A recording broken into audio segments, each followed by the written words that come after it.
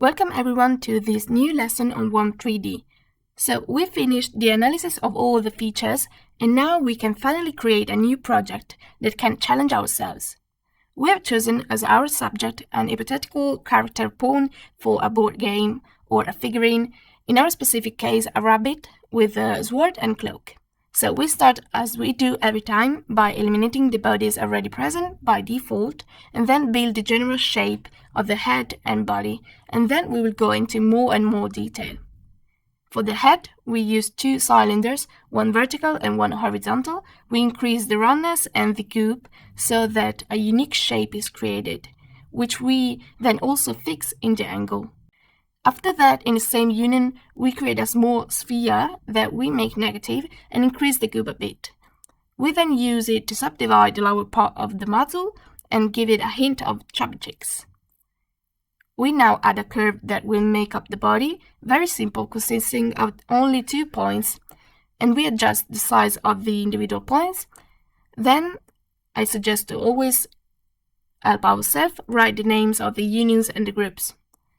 So, we write head and body, to which we then go on and add a new curve in the same union. There will be the left leg with 3 points that we also adjust according to the style that we choose, and we have chosen here a soft, very full and round end style. The foot, on the other hand, will consist of a small rounded cylinder joined with a goop, which we readjust again in a moment. In the meantime, let's also add another curve for the right leg, which will be more bent and leaning forward, again in the same union. We make the foot flat now at the bottom with the help of a negative cube that goes to remove the excess material, and then with another cube to which we reduce the thickness to the minimums, very thin, and which we then make negative, we go to create a more likely leg with cuts.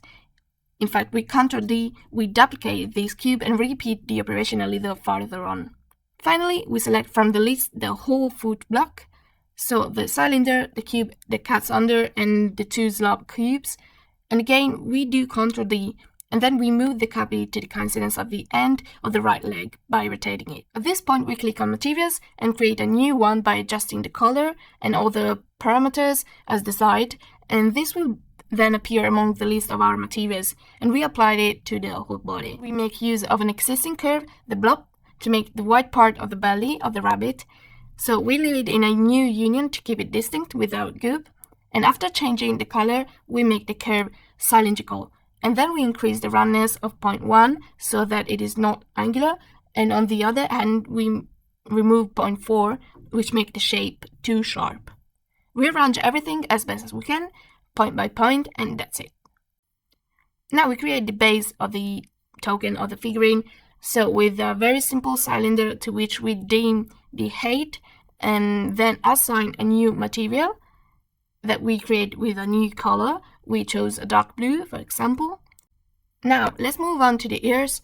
We always start with a spherical curve that in the same union as the head, we will merge thanks to the goop, and add another point and assign the same light blue as the body, only to the top 2 points, while to the third, we assign a soft white, and then we duplicate the whole ear. Scaling point by point to make it smaller, and then making negative to create the hollow inside, after which we select both positive and negative curves and mirror them to Z-axis and arrange them in a certain angle that we find right. Still in the head union, we start to create the eye sockets with 2 point spherical curve that we make very small inward and a little larger at the other point. Then we bring it closer to the face, rotate it to fit, and make it negative with a little active goop. Then we mirror this one to Z as well. We duplicate the starting one, which of course then includes the other mirrored one, and make it positive to make the eyes. Keep them out of the head union this time, and scale them to make them smaller. Then assign white here and blue inward. We take advantage of the curve density feature to have a less blurry, so sharp color transition that will give us light blue automatically. Blue, light blue, and white. Let's fix shape and position again, and here we are. For the little nose, we use our cylindrical curve instead, with the point one on top of the other, and at both we decrease the height. But as a result, we have to increase the density and a bit of goop of the whole curve. We place it to the center, slightly inside the head, and then assign white to point 1 and pinkish color to the lower tip. We again give names to the parts and proceed by constructing a tail with a single rounded cylinder of much in the same union as the body, always in the same color. And then with the spherical curves of 3 points, we create the 2 arms, one along the side and one leaning forward that we hold the sword. We now again exploit a pre-existing curve, the shape S, create a new material of a new color, for example this purple one, rotate the curve 90 degrees horizontally and place it around the neck, and then eliminate the excess dots and close the last one in a donut shape, rejoining the other hand. We use another blob, but this time we transform the generatrix from a sphere to a cube, delay the fourth stage that is too small, and arrange it such a way as to make it a cloak. Calmly adjust each stage, assign the same material as just now, and continue to modify, being careful of detail as well. To make the effect of a cloak fluttering in the wind and make it softer, we take a cylinder and around it we assign the purple material to it and make it negative by slightly increasing the group, and we go to remove some material from the cloak, and then we repeat by duplicating the cylinder.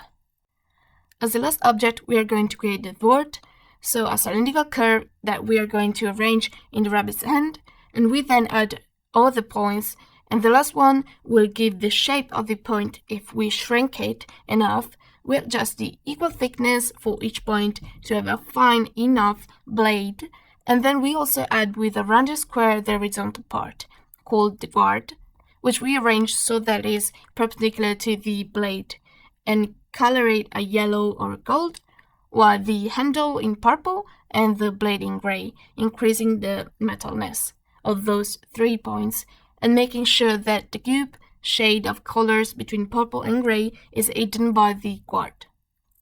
We repeat the same process as with the pose, so a new cube we make it slab and then curve a line in the middle of the sword, making it negative.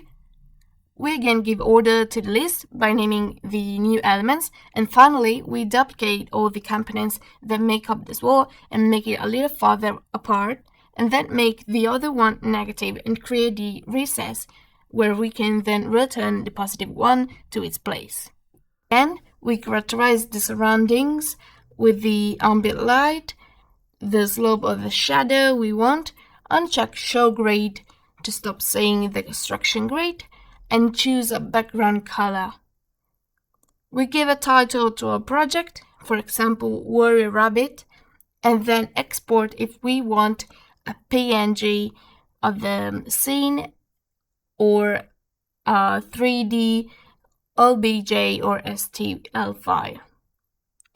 Equally, we can publish our project by adding hashtags and choosing the copyright license. Here is our project. If you have any doubts, I invite you to watch the videos of the Videocourse again or write a question in the comments.